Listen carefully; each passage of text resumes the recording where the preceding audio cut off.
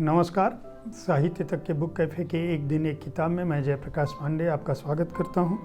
आज मैं नई वाली हिंदी के स्टार लेखक दिव्य प्रकाश दुबे के नए संकलन आको बाको के साथ उपस्थित हूं। आको बाको दिव्य प्रकाश दुबे की शर्तें लागू, मसाला चाय, मुसाफिर कैफ़े, अक्टूबर जंक्शन और इब्ने बतूती के बाद नई कृति है। ये कहानी संकलन है और इसमें कुल 16 कहानियाँ शामिल हैं।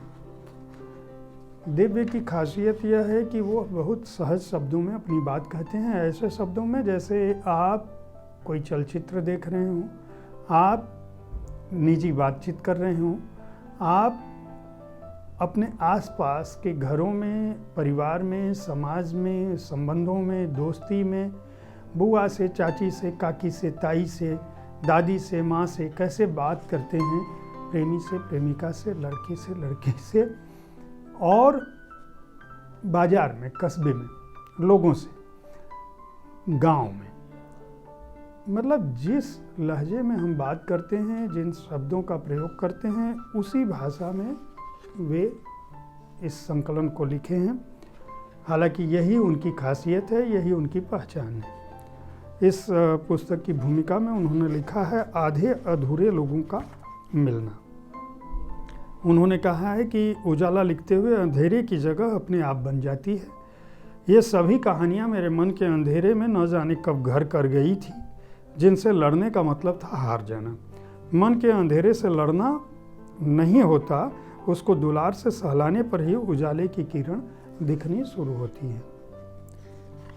कहानियाँ बहुत अलग शैली की हैं, अनूठे ढंग से लिखी गई हैं। शुरू में ही जैसा उन्होंने लिखा है आधे अधूरे लोगों से मिलना, तो वाकई हर कहानी अपनी ऐसी ही छाप पाठक के मन में छोड़ती है।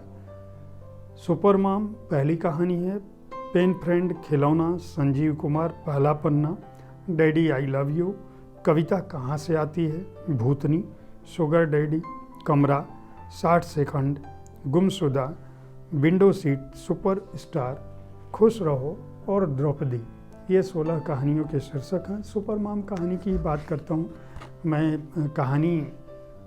हर कहानी के बारे में बता के आपकी रुचि को खंडित नहीं करूँगा, लेकिन कुछ कहानियों के बारे में ज़रूर बताऊँगा। जैसे सुपर मॉम कहानी हर उस घरेलू महिला की कहानी है जो कस्बे में रहती है या छोटे शहरों में रहती है, काम काज निपटा के, मध्यवर्गीय निम्न मध्यम वर्गीय परिवार होता है, पति चला जाता है, बच्चे नहीं होते हैं पास में या होते भी हैं तो उनको पालने पोसने की दिक्कतें होती हैं। मतलब रोज़मर्रा की ज़िंदगी में जो महिला खप जाती है, जिसका आधा जीवन खप जाता है, वह जब खाली दिनों में होती है और अपने घर में कोई नहीं होता है, उसको अचानक टीवी पर विज्ञापन दिखता है और कहता है कि सुपर मॉम में शामिल हो जाइए, तो आपको नए ढंग से जीवन को बदल सकती हो।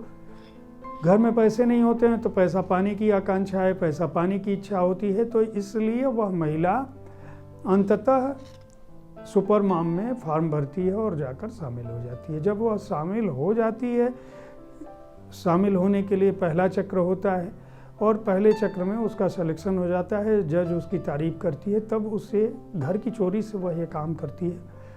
उसे 1 लाख रुपए जमा भी करने होते हैं और उसे लखनऊ में जाके फाइनल राउंड के लिए सिलेक्शन का ऑडिशन देना होता है।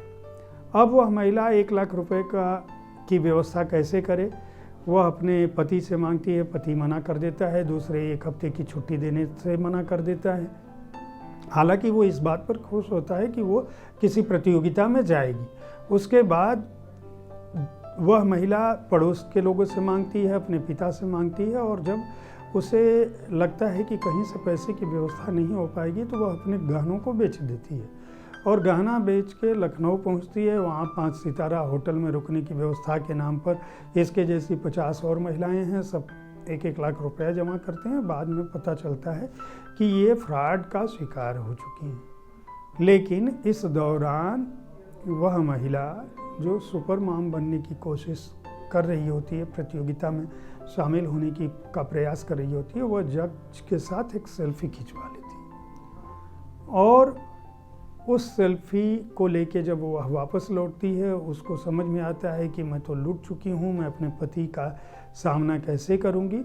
रास्ते में पड़ोस की आंटी जो है उसे 1 लाख रुपए देने की व्यवस्था अपनी बेटी से दिलाने की बात करती हैं कि तुम धीरे धीरे ये पैसा लौटा देना। जो वो गहने बेचने के लिए गई होती है वो गहना वापस लाने जाती है और रास्ते में उसे एक खाली मकान दिखता है, टू लेट का बोर्ड लगा होता है। वह मकान देखती है, 6 महीने का किराया देती है, वहाँ डांसिंग स्कूल खोलती है और उसका स्कूल चल जाता है और अंततः उसके स्कूल का बच्चा एक प्रतियोगिता में जीतता है और वहाँ पर इसका नाम होता है और पूछा जाता है कि तुम्हारी प्रेरणा कौन है, तो वह कहती है कि अपनी प्रेरणा खुद बनना पड़ता है और उसे उसके स्कूल के लिए 10 लाख रुपए मिलते हैं। उसका जीवन बदल जाता है, अखबारों में फोटो छपती है सुपर मॉम की और वह महिला जिसका पति जिलाधिकारी कार्यालय में क्लर्क होता है वह पूरे इलाके की एक संभ्रांत महिला के रूप में प्रतिष्ठित हो जाती है। कहानी बहुत ही सहज शैली में लिखी गई है। इसी तरह से अगर दूसरी कहानी की बात करूं, पेन फ्रेंड कहानी की बात करूं, तो इसके नायक और नायिका तरु और पार्थ हैं, जिनको गलत नाम के चलते चिट्ठी पहुंच जाती है और एक दूसरे से मिल जाते हैं। फिर चिट्ठियों का आदान प्रदान होने लगता है, फिर वो फ़ोन पे बात करते हैं और जो नायिका की ज़िंदगी अपने घर परिवार में बीत जाती है वो भोपाल से मुंबई चली जाती है इससे मिलने। पार्थ को कहती है कि तुम जो है, पार्थ का नाम असली नाम पार्थ नहीं होता, तरु का नाम असली नाम तरु नहीं होता, लेकिन दोनों एक दूसरे को इसी नाम से बुलाते हैं। और वह वहाँ कहती है कि मुंबई में सी फेसिंग कमरा लेना और जाते हैं। मुंबई में उन दिनों बारिश होती है, टैक्सी में ये सवार होते हैं, वहाँ एक आंटी भी फंसी होती हैं, ड्राइवर इनसे पूछ के उनको बैठा लेता है और होटल ना पहुँच के ये उस आंटी के घर चले जाते हैं। आंटी इस बीच पूछती है तुम लोग साथ कब हो, ये बताते हैं 10 साल से साथ हैं, तो तुम बच्चे क्यों नहीं बना रहे हो, 2 बच्चे करना चाहिए, एक बेटा होता है। तो भाग जाता है। आंटी के घर में ये रात उस बड़े कमरे में एक चादर खींच दी जाती है और वहाँ ये बिताते हैं, केवल एक दूसरे को छू पाते हैं। और अगले दिन जहाँ होटल बुक किए होते हैं वहाँ उस कमरे में जाते हैं। इसकी फ़्लाइट लौटने की होती है, इसके पास बहुत समय नहीं होता है। उस कमरे में भी जाके केवल ये समुद्र को निहारते हैं, एक दूसरे के गले लगते हैं और जीवन में कभी भी जब संकट आता है तो तरु उसको केवल एक संदेश भेजती है। बहुत ही मार्मिक ढंग से, बहुत सहज कहानियाँ हैं और बहुत ही अलग ढंग से इन्होंने लिखी है। सबसे बड़ी खासियत यह है कि कुछ कहानियों में सूक्ति की तरह से अपनी बात दिव्य कहते हैं। जैसे इन्होंने इस कहानी में इन्होंने लिखा है, कहानियाँ वो पेड़ हैं जिसमें लोग छांव ढूंढने आते हैं। पार्थ कहानियाँ ढूंढता है और तरु उन कहानियों में छांव। जब पार्थ वो कहानियाँ भूल जाता है तब तरु उन्हें याद दिलाकर 2 लोगों भर की छांव इकट्ठा करके अपने कपड़े की अलमारी में बिछे अखबार के नीचे छुपा लेती है। बहुत ही अच्छी कहानियाँ। इसी तरह की एक कहानी है जिसमें भूतनी नाम की जो कहानी है, मैं उसकी बात करूं। एक महिला होती है, एक हवेली होती है, हवेली में जो लोग रहते हैं धीरे धीरे हट जाते हैं। आखिरी जो उस हवेली का वारिस होता है और एक काम वाली बाई होती है। काम वाली बाई भी गरीब होती है, हवेली का जो मालिक होता है वो भी गरीब होता है।